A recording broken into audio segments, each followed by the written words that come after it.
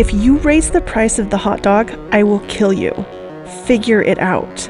That's not internet satire. That's Costco's co-founder Jim Sinegal in 2018 threatening his own CEO over a $1.50 hot dog combo that hasn't changed price since 1985. A combo that bleeds money. A combo that breaks every business rule. So why keep it? Because it's not food. It's a trigger, a psychological device that rewires customer behavior. And by the end of this video, I'm going to reveal how Costco engineered one of the most brilliant loyalty strategies in history, turning loss into leverage and snacks into subscriptions. The craziest part? You can use the same framework in your own business, career, or life. If this kind of financial deconstruction fascinates you, if you want to see how billion-dollar empires are built not by luck, but by leverage and psychology, then subscribe now.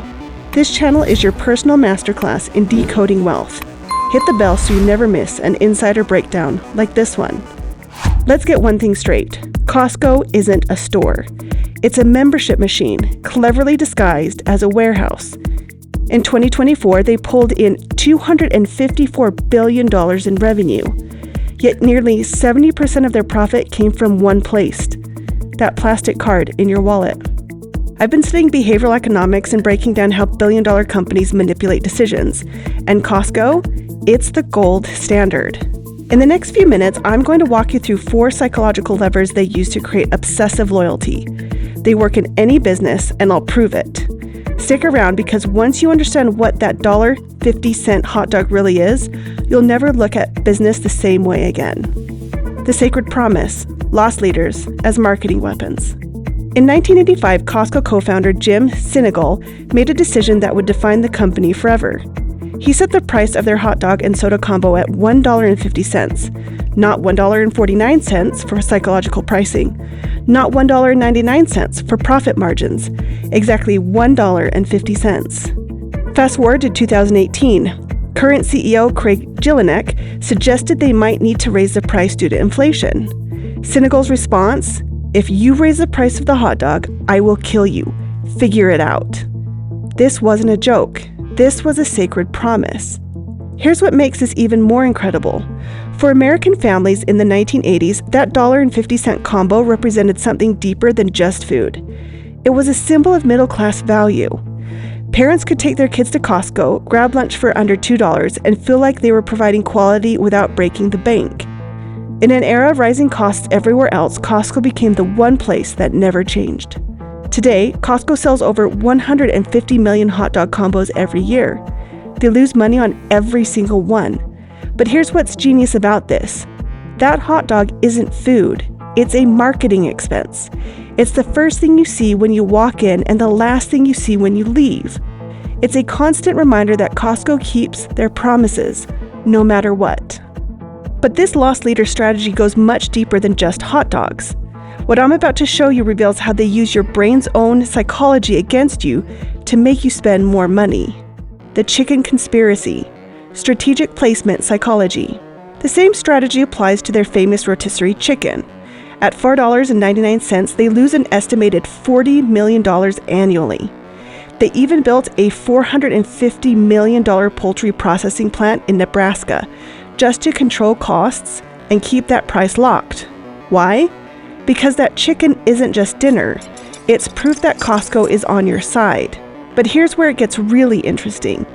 They deliberately place that chicken at the very back of the warehouse. You have to walk past thousands of other products to get to it. It's not just a loss leader, it's a traffic driver designed to expose you to everything else they sell. Think about your last Costco trip. You went in for chicken and walked out with a 48-pack of toilet paper, a new TV, and somehow a kayak. That's not an accident. That's engineered behavior. The chicken serves another psychological purpose. When you see that $4.99 price tag, your brain creates what psychologists call an anchor. Everything else in the store seems reasonably priced compared to that incredible chicken deal. A $20 shirt feels cheap when you just save $15 on dinner. Now you understand the first layer of Costco's psychological strategy, but what I'm about to show you next reveals how they use scarcity and urgency to make you buy things you didn't even know you wanted. The treasure hunt. manufacturing urgency through scarcity. Walk into a Walmart or Target and you'll find over 100,000 different products. Walk into Costco and you'll find fewer than 4,000. This isn't a limitation, it's a weapon. With fewer products, Costco can buy in massive volumes. This gives them incredible negotiating power with suppliers. They can demand lower prices because they're ordering quantities that smaller retailers can't match. But the real genius isn't in the buying power, it's in what this scarcity does to your brain. About 25% of Costco's inventory is constantly rotating. That fancy kitchen gadget you saw last month? It might be gone forever. That designer jacket at an incredible price. Better grab it now because it won't be there next week. This creates what psychologists call fear of missing out, or FOMO. Your brain interprets scarcity as value. When something is rare or limited, we automatically assume it's more desirable. Costco has weaponized this basic human instinct. They call it the treasure hunt experience. You never know what you'll find, but you know that if you see something you like, you have to act immediately. This drives impulse purchases and creates a sense of excitement that keeps customers coming back. Real Costco shoppers describe this phenomenon everywhere online.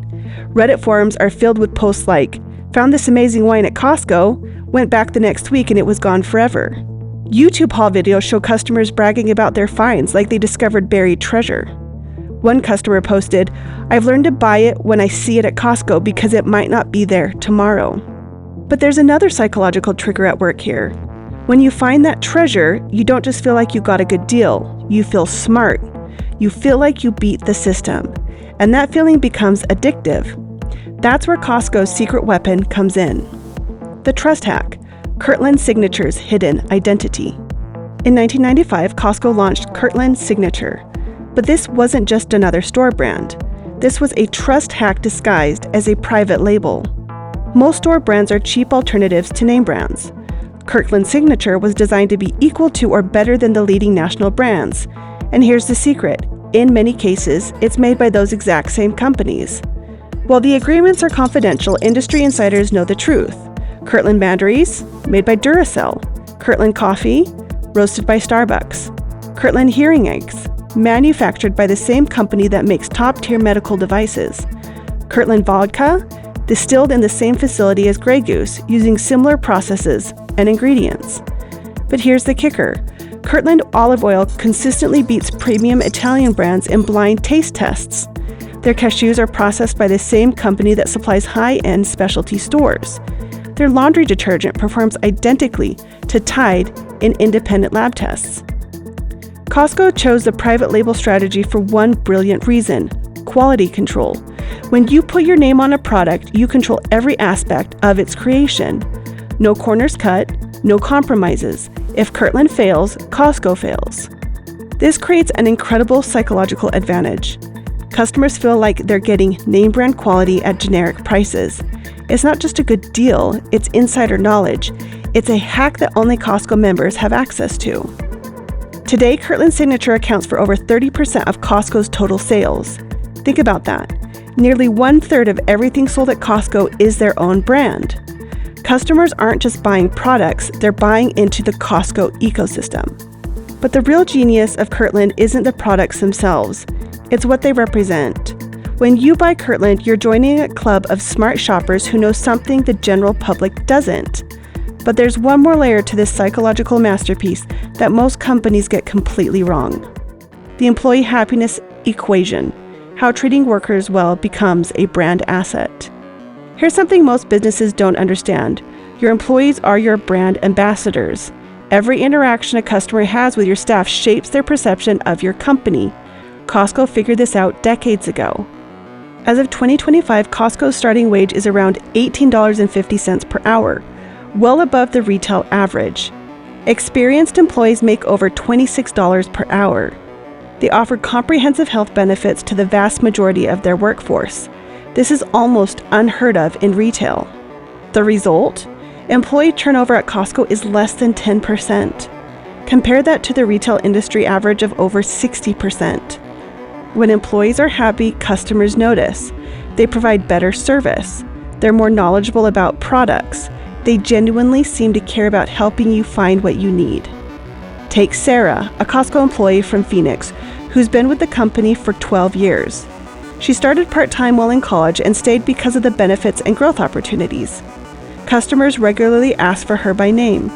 She knows their preferences, remembers their families, and treats each interaction like she's helping a friend. That's not acting. That's genuine care born from job satisfaction. This creates a subtle but powerful psychological effect. When you shop at Costco, you're not just buying products from a faceless corporation. You're interacting with people who seem genuinely happy to be there. This makes you feel good about spending your money there. It's a virtuous cycle. Happy employees provide better service creates happier customers spend more money and renew their memberships. More revenue allows Costco to continue paying above market wages. But this employee satisfaction strategy serves another crucial purpose. It reinforces Costco's brand image as a good company. And when customers feel good about supporting a company, something incredible happens to their loyalty. The numbers I'm about to show you prove this strategy has created one of the most successful businesses in human history. The numbers don't lie. A $300 billion empire built on loyalty. Let's talk about what this psychological masterpiece has actually achieved. The numbers are staggering. Costco's market capitalization is approximately $340 billion. They operate over 880 warehouses globally. They have over 135 million cardholders worldwide. But here's the number that matters most: their membership renewal rate. In the United States and Canada, 92.8% of members renew their membership every year. Globally, it's 90.5%. Think about that for a moment. 9 out of 10 customers voluntarily pay Costco money every single year for the privilege of shopping there. Compare this to their competitors. Sam's Club has a renewal rate of around 88%. Amazon Prime, while not directly comparable, has a renewal rate of approximately 93%, but they offer streaming, shipping, and dozens of other services. Costco's renewal rate is based purely on the shopping experience. This isn't just customer satisfaction. This is customer devotion. It's a subscription model with almost zero churn. It's the holy grail of business: predictable, recurring revenue from customers who feel grateful to pay you. In 2024, Costco collected approximately $4.8 billion in membership fees. This represents 70% of their total profit. The entire retail operation, the warehouse, the inventory, the logistics, exists primarily to justify that membership fee. But here's what makes this even more impressive. Costco's gross margin on products is only 11 to 12%. After operational costs, they make almost nothing on the actual goods they sell. Yet customers keep coming back because they trust that Costco is always giving them the best possible deal. This is the ultimate business moat. Competitors can copy Costco's warehouse format, they can match their prices, they can even replicate their product selection. But they can't replicate the psychological bond that Costco has built with its customers over decades. That bond was forged by a single promise, and it all started with a $1.50 hot dog. The real secret behind Costco's success. Here it is, the strategy hiding in plain sight. Costco's real product isn't food, it isn't TVs, it isn't even that hot dog combo. It's loyalty. They've built a psychological ecosystem where every piece reinforces trust. The loss leaders prove they won't break promises. The treasure hunt makes you feel clever. Kirkland makes you feel elite, and their staff, they make you feel good about spending your money. This is the secret. When customers feel understood, respected, and rewarded, they stop price shopping and start subscribing. If you want to build anything that lasts, a business, a brand, a career, learn this. Consistency builds trust. Scarcity drives value, and aligning your interests with others is the most profitable decision you'll ever make. That $1.50 hot dog, it's not a meal, it's a masterclass. But here's something I didn't tell you about psychological manipulation in business. What you just learned about Costco is only the beginning. There are companies out there using even more sophisticated psychological tactics, one that make Costco's strategy look simple by comparison. We're talking about businesses that have figured out how to make people pay 10,000% markups and feel grateful for it. Industries where a piece of metal and glass can cost more than a house, and customers will camp outside stores just for the chance to buy it. If you want to see how deep this rabbit hole of psychological manipulation really goes, click one or both of these videos to discover the most mind-bending business strategies ever created and continue your journey through the financial engineering behind today's most iconic businesses. Treat it as your next blueprint.